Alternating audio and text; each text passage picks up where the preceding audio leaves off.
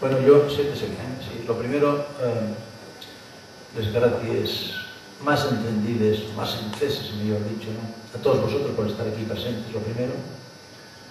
A la editorial, a Marta, a Jesús también. A la casa que nos apoye. Un especial saludo a Javier y Fernando, compañeros de Adultores Políticos.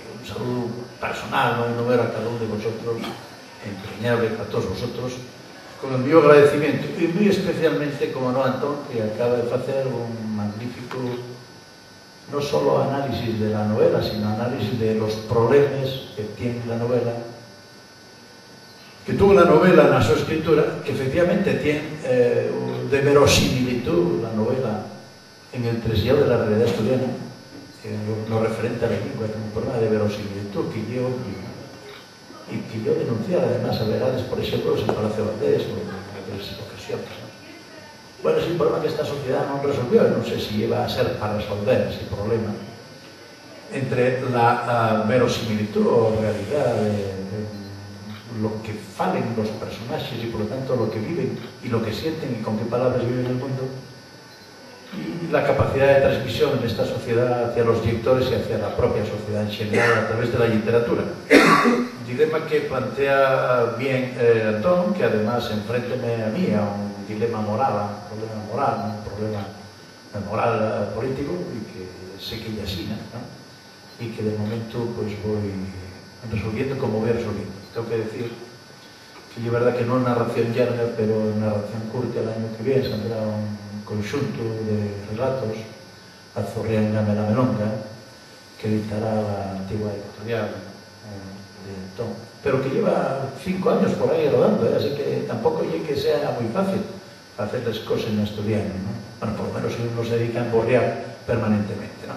En ese sentido, pues yo tengo que darles gracias a la acogida de Marta y Jesús, la editorial, porque yo llevarles cosas allí nada más y no tiene que andar uno ni corriendo. Y es verdad que uno tampoco puede reparar la lata, pero es verdad también que no sabe que lo deja allí y dice que sí, ya acabó el tema, ¿no? No tiene que andar llorando y otras cosas. La anterior novela recorrió media España, más de 2 años de Antón me ayudó, además a ello, y más de 2 años, bueno, sin respuestas que pareciesen aceptables, ¿no? Yo quiero decir 2 o 3 cositas de la novela. El análisis que fue Antón de la novela es muy certero, ¿no?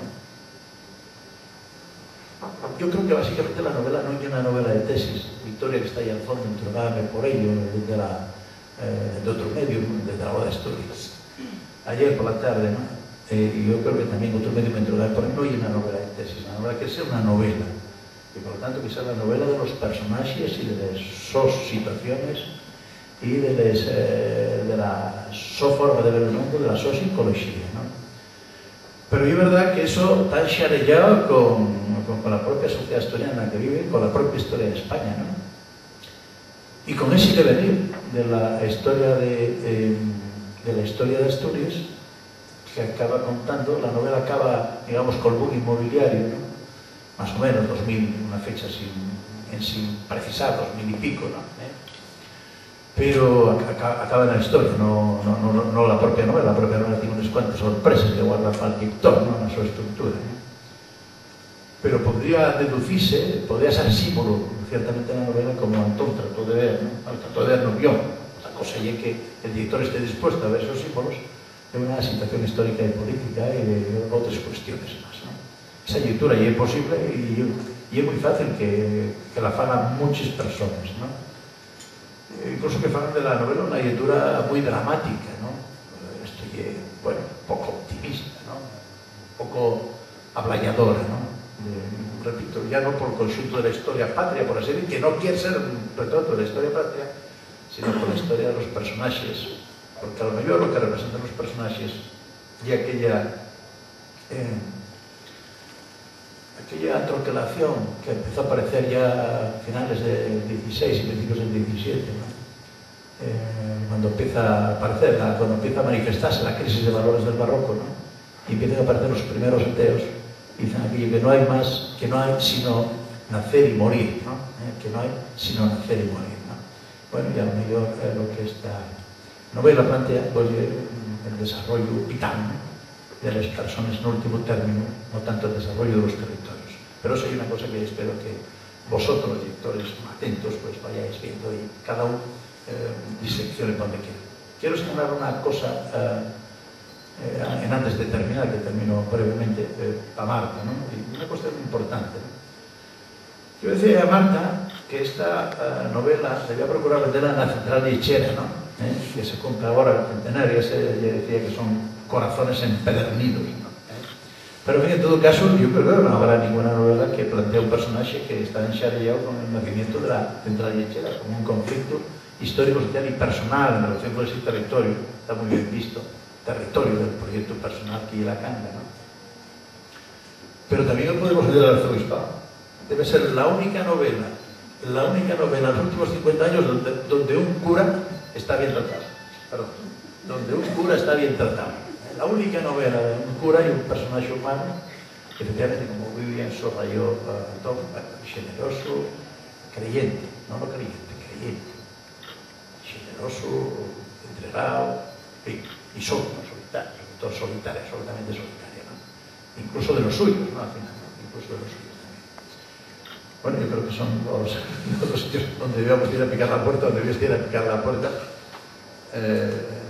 para que te diga un poco con ella, ¿no? No te hace caso. Y termino con esto. Hombre, yo creo que la novela, aparte de otras virtudes, frente a la anterior, tiene una, a mí, bueno, prefiero la otra en muchos aspectos, la anterior. De no mires al matiz, pero tiene una virtud y es mucho más fácil que la otra. Ahora bien, tiene un notable esfuerzo para facilitar la lectura y la escritura de ese relato de tanto tiempo y tan compleja, ¿no? Para que se lleve en paquetes muy compactos y para que el lector no tenga que andar pasando como los informes antiguos de la narración decimonónica 20 años después, ¿no? No, está compactado de tal forma en unidades narrativas muy compactas que a base de analepsis y tal, de forma ordenada, bueno, consiguen que nos parezcan casi solo unas horas de tiempo, no casi un siglo de tiempo en la novela, ¿no? Yo creo que eso es lo fundamental. Y al final hay 2 o 3 sorpresas para los lectores que hacen a uno salir de la novela, bueno, o mejor dicho, ¿no? Que la novela no tiene ese defecto que tienen otras narraciones, donde cuando falten 100 páginas uno va ya abriendo los alerones, ¿no? Y bajando la potencia de los motores y bajando la altura ya para dejarse aterrizar, ya sabe dónde va a llegar al fin, el destino está lleno. No, la novela al final pega unos cuantos vuelcos que yo creo que, bueno, son atractivos para el lector, ¿no? Y farlo salir contento del tiempo, del esfuerzo, del gasto y de haber aguantado eso. Muchas gracias.